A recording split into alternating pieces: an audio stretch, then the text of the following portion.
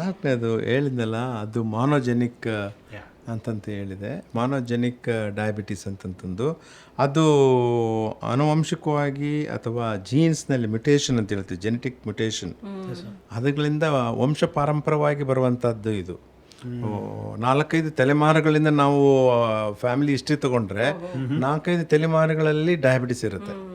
ಅದರಲ್ಲಿ genetic gene mutations ಆಗಿ ಬರುವಂಥ ಲಕ್ಷಣಗಳು ಮಾನೋಜೆನಿಕ್ ಡಯಾಬಿಟಿಸ್ ಅಂತ. ಅದು ಟೈಪ್ 4. ಇದು ಟೈಪ್ 5 ಬಂದು ಲೀನ್ ಡಯಾಬಿಟಿಕ್ಸ್ನವ್ರಿಗೂ ಸಹ type 5. Doctor sir, type 5 discuss ಖಂಡಿತ ಮಾಡೋಣ. ಕರೆ ಒಂದು ಬರ್ತಾ ಇದೆ. ಹಲೋ, ನಮಸ್ಕಾರ. ಹಲೋ, ನಮಸ್ಕಾರ. ನಮಸ್ಕಾರ. ತಮ್ಮ ಹೆಸರು? ನನ್ನ ಹೆಸರು ರೇಖಾ ಅಂತ ರೀ. ರೇಖಾ ಅವರೇ, ಪ್ರಶ್ನೆಯನ್ನ ಕೇಳಿ ವೈದ್ಯರೊಂದಿಗೆ ಮಾತನಾಡಿ.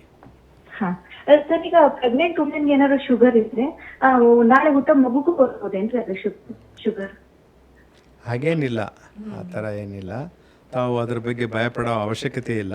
ತಮಗೆ ಏನಾದರೂ ಅನುಮಾನ ಸ್ಥಿತಿ ಇತ್ತು ಅಂದರೆ ವೈದ್ಯರಲ್ಲಿ ಹೋಗಿ ರಕ್ತ ತಪಾಸಣೆ ಮಾಡಿಕೊಂಡು ತಮ್ಮ ಮನಸ್ಸಿನಲ್ಲಿರುವ ಒಂದು ಇದನ್ನು ಬಗೆಹರಿಸ್ಕೋಬೋದು. ಇದು ಕಮ್ಯುನಿಕಬಲ್ ಡಿಸೀಸ್ ಅಲ್ಲ, ಒಬ್ಬರಿಂದಿಗೆ ಒಬ್ಬರಿಗೆ ಬರುವಂತಹ ಸಾಂಕ್ರಾಮಿಕ ರೋಗ ಅಲ್ಲ. ದಯವಿಟ್ಟು ಅದು ನಿಮ್ಮ ಭ್ರಮೆಯಿಂದ ತೆಗೆದುಹಾಕಿ. ಸರ್, ಈಗ ಪ್ರೆಗ್ನೆಂಟ್ ವುಮೆನ್ಗೆ ಏನಾದ್ರು ಇದು ಶುಗರ್ ಅನ್ನೋದು ಏನಾದ್ರು ಇದ್ರೆ ಯಾವ ರೀತಿ ಪ್ರಿಕಾಷನ್ ತಗೋಬೇಕು ಸರ್? ಏನಾದ್ರು ಒಂದು ಮುಖ್ಯವಾಗಿ ಬಂದು ಡಯಾಬಿಟೀಸ್ ಪ್ರೆಗ್ನೆನ್ಸಿಯಲ್ಲಿ ಇದ್ದಾಗೆ, ಬಾಣತಿಯರು ಇದರಲ್ಲಿ ಇದ್ದಾಗೆ ಆವಾಗಿನ ಪೂರ್ತಿಗೆ ಅದು ಟ್ರೀಟ್ಮೆಂಟ್ ಸರಿಯಾಗಿ ತಗೊಂಡು ಮಗು ಆದ ನಂತರ, ಇದು ಹೆರಿಗೆ ಆದ ನಂತರ ಅವರು ಮೊದಲನೇ ಇದು ಬಂದು ಮುಖ್ಯವಾದದ್ದು ಬಂದು ತೂಕ ಬಗ್ಗೆ ಬಹಳಷ್ಟು ಕಾಳಜಿ ಕೊಡಬೇಕು.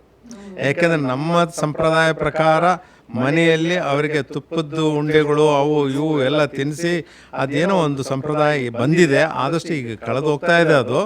ಆ ಥರದ್ದು ಮಾಡೋರು ಸಿಗಲ್ಲ, ತಿನ್ನೋರು ಆದ ಕಾರಣ ಮುಖ್ಯವಾಗಿ ತೂಕದ ಬಗ್ಗೆ ಗಮನ ಕೊಡಬೇಕು. ಹಾಗೂ ಆರೋಗ್ಯವಾದಂಥ ಆಹಾರ ಪದ್ಧತಿ ಹಾಗೂ ಎಕ್ಸಸೈಸ್, ವಾಕಿಂಗ್, ಇದು ಆದಷ್ಟು ಬೇಗ ಶುರು ಮಾಡಿದರೆ ಆ ತೂಕದ ಒಂದು ನಿಯಂತ್ರಣದಲ್ಲಿ ಇಟ್ಕೊಂಡ್ರೆ ಅವ್ರು ಬರೋದಕ್ಕೆ ಮಧುಮೇಹ ಬರೋದಿಲ್ಲ ಅವ್ರ ಇದರಲ್ಲಿ.